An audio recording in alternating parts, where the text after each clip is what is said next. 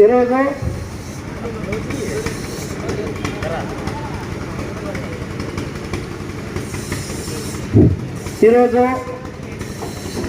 అనంతపురం జిల్లాలో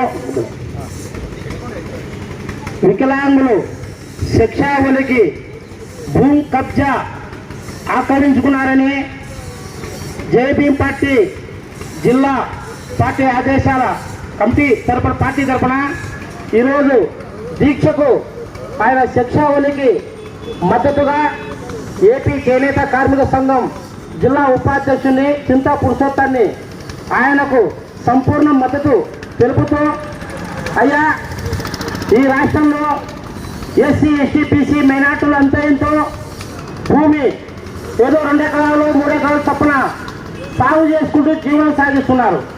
అందులో భాగమే ఈ జిల్లాలో మరి గారదిని మండలంలో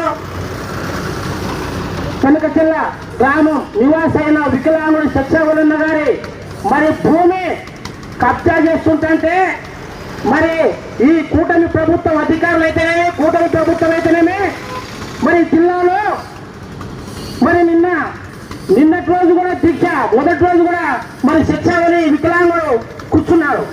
అయితే ఈ జిల్లా కలెక్టర్ గారికి ఈ జిల్లాలో మరి వికలాంగులు భూమి కబ్జా అయినా కూడా మరి వారికి దీక్ష కూర్చుంటే మరి ఈ వికలాంగుల శిక్షావళి బాధలు ఈ అధికారులకు వినిపించలేదా అని మేము ఏపీ చేనేత కార్మిక సంఘం తరఫున ఒకటే డిమాండ్ చేస్తున్నాం.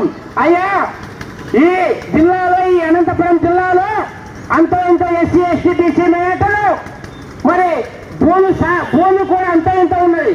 మరి వాటి కూడా ఈ అగ్రం ఉన్న రాజకీయ పార్టీలు ఏ పార్టీ అయినా కానీ ఎస్సీ ఎస్టీ బీసీ మైనార్టీల భూముల కోసం భూముల జోలుకు వస్తే ప్రజా సంఘాల తరఫున మేము ఒకటే చెప్తున్నాం, సరైన న్యాయ శిక్షావళికి వచ్చే 2-3 రోజులు అతని భూమి ఇప్పించకపోతే ఇదే జిల్లా కలెక్టర్ కార్యాలయం దగ్గర మా ఎస్సీ ఎస్టీ బీసీ మైనార్టీలు అయితే మరి ఏపీ చేనేత కార్మిక సంఘం తరఫున కూడా తీవ్రమైన ఆందోళన చేస్తాం.